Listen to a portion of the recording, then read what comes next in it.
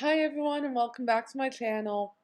I've been off my antibiotics for almost a week now and my infection still causing me a lot of pain, so I'm going to try and make this video as quick as possible, but I am almost coming up on a year of being on Mirtazapine for PTSD, and I know that lately my mental health videos seem to be the ones that you guys are most interested in, so I thought I'd do a brief video talking about my journey to how I got on mirtazapine and what it's been like and all that. I know I've touched on bits of this story in previous videos, but in this video I'm just putting all together in chronological order for you.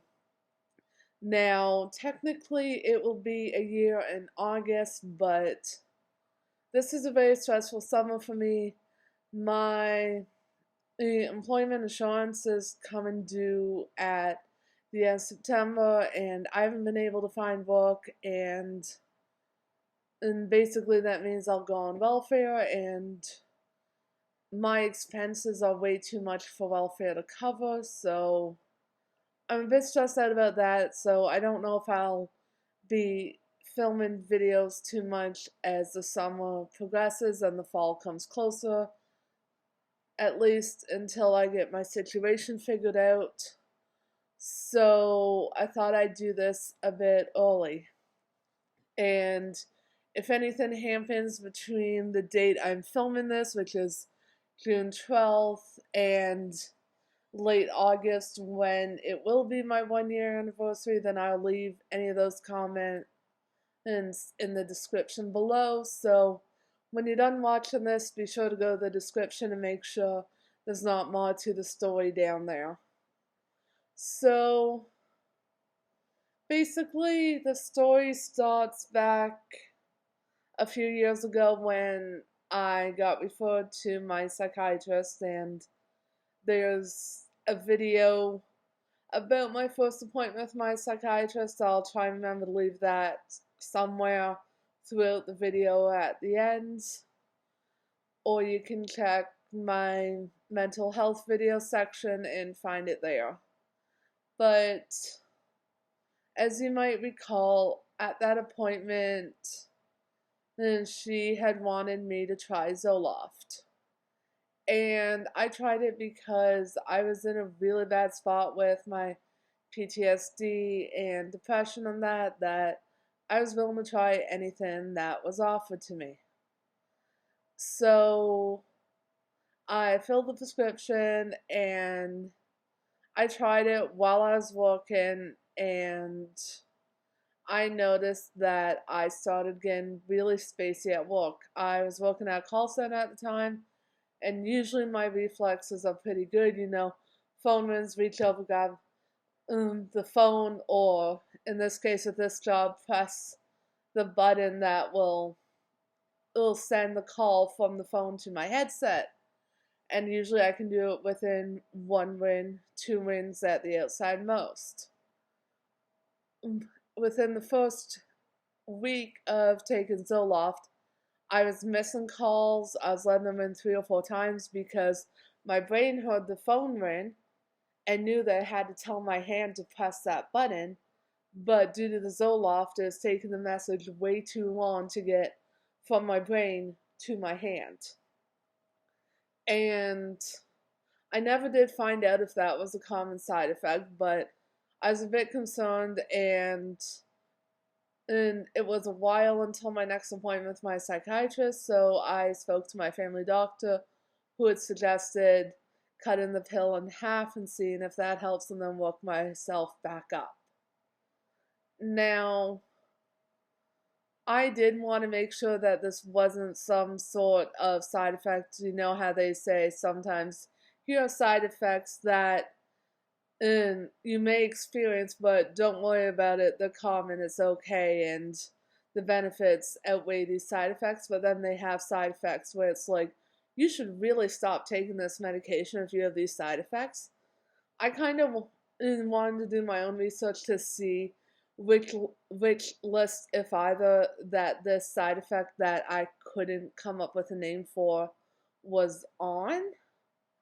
And I never did find it, but in my research, I noticed that one medication that I relied on to control my migraines could not be taken with Zoloft, and Zoloft was giving me migraines for some reason, which I found out was a side effect that was possible, was headaches. But for me, headaches always escalate to migraines.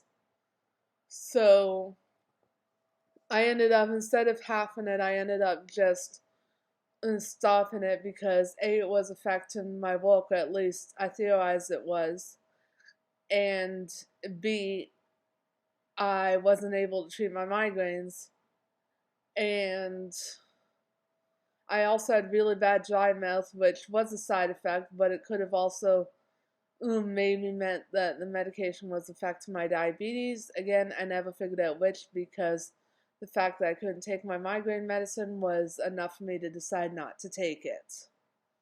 I then, when I did get back in to see my psychiatrist, I let her know that, hey, I stopped taking it, and the main reason was because I couldn't take my migraine medication on it.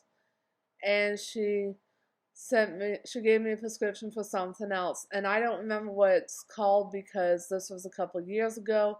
But before wasting any money on this prescription, because she had given me a heads up that this one would most likely be more money than the Zoloft, I went home and I did my research, and I saw that I couldn't take my migraine medication with this one either.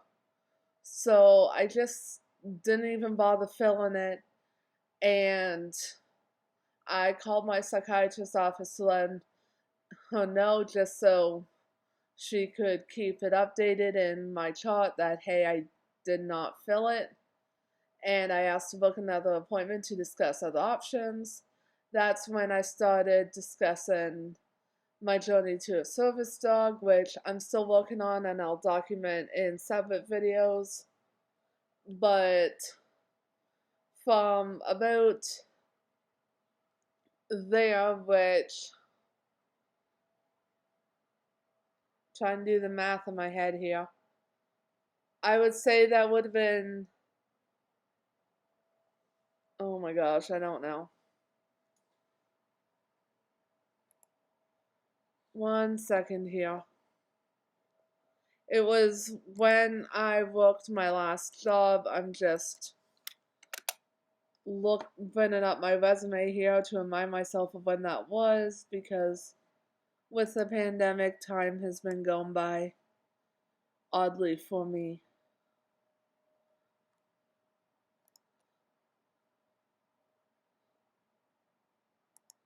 Okay. Resume is not loading.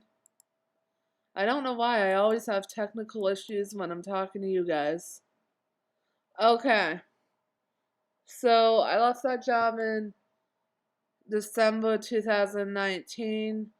So I'm gonna say the second prescription was like November 2019, because the first one was in September or October. So the second one would have been November 2019.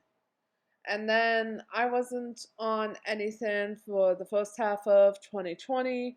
And then when I had the abscess and I went to the hospital, I was having severe panic attacks at night in the hospital, like I normally do. That's just something that I can learn to expect, that when I am admitted into the hospital, I will have panic attacks all night, every night. I have panic attacks at night at home, but at home I can get up, I can watch Netflix, I can grab a snack, I can listen to music. I can't do that in the hospital. In the hospital, I have a panic attack, I wake up and I have to go back to sleep because there's like nothing to do. So they tried me on different things, and when I was in the wardroom for my first night, they, what did they gave me Benadryl, I think, to help me sleep, and that helped. And then my next 2 nights in peds, they gave me Benadryl as well. And then when I got moved to the nursing floor or the medical floor or whatever you want to call it, and at bedtime I asked for Benadryl because I've been working, and they're like, Benadryl isn't technically used to help you sleep. Like, it's not a sleeping medicine. And I said, I know that, but it's been working. And they didn't want to give it to me, so I said, can I have melatonin? Like, that's why I take every night at home, and it should be on my chart that I take it. But because that was just something that I voluntarily decided to start, since it's an over-the-counter thing and the doctor never prescribed it, they couldn't give it to me. So my doctor, I don't know why my doctor prescribed Mirtazapine, a prescription drug, as opposed to my over-the-counter melatonin that I took at home, but something made her prescribe Mirtazapine, and I didn't want to take it at first because, you know, the last 2 times I took something to help panic attacks, well, the last time I didn't even fill the prescription because I couldn't, and the time before I had side effects left, right, and center, so I really wasn't too keen on trying another one, but I tried it and I was able to sleep. I mean, occasionally I still woke up with a panic attack and didn't want to go back to sleep, but back when I was in the wardroom, one of the nurses there and had experience with patients in the past calming down with, like, an ice pack resting on the forehead, and that mixed with the Mirtazapine helped me sleep. So when I got out of the hospital, I asked if I could have the Mirtazapine continued because I was actually, like, not having panic attacks as much in the middle of the night. Like, I was actually getting a good 2-3 hours uninterrupted sleep every night, which is unheard of for me. I'm usually up every half hour, 45 minutes. And I ended up filling it, and I don't take it every night because I notice that, like most psychiatric medication, when I do take on a regular basis, I get spacey and lose track of time, and like a week will literally feel like 2 days to me, and I don't want my whole life to zoom past me, but I take it on days that I'm having a really hard time with my PTSD, and it helps me through that day. I know that's not how it's supposed to be taken, but that's the only way I can take it for me in a way that I feel comfortable with, and it works for me, and I'm really glad that my family doctor prescribed it for me, even though I still don't understand her reasoning behind doing so. I'm glad she did, and that's one of my favorite things that she has done for me in the few years I've been her patient. And my goal is to not have to take it at all once I get my service dog, but until then, I'm really happy for it, and I just want to say that all those Facebook posts that go around that say if you're unfortunate to know what these drug names mean and one of them's Mirtazapine, I don't agree with that. Like, I think it's unfortunate that I have panic episodes basically constantly every night, but I don't think it's unfortunate that I know what Mirtazapine is. I think it's very fortunate because it's changed my life. And obviously, this isn't sponsored. I just wanted to share my journey. And if you have any questions that I can try and answer, please leave them in the comments below, and I'll do my best to answer them or try and direct you in the right direction. But for now, that's all I have to say, and I'll see you all next time.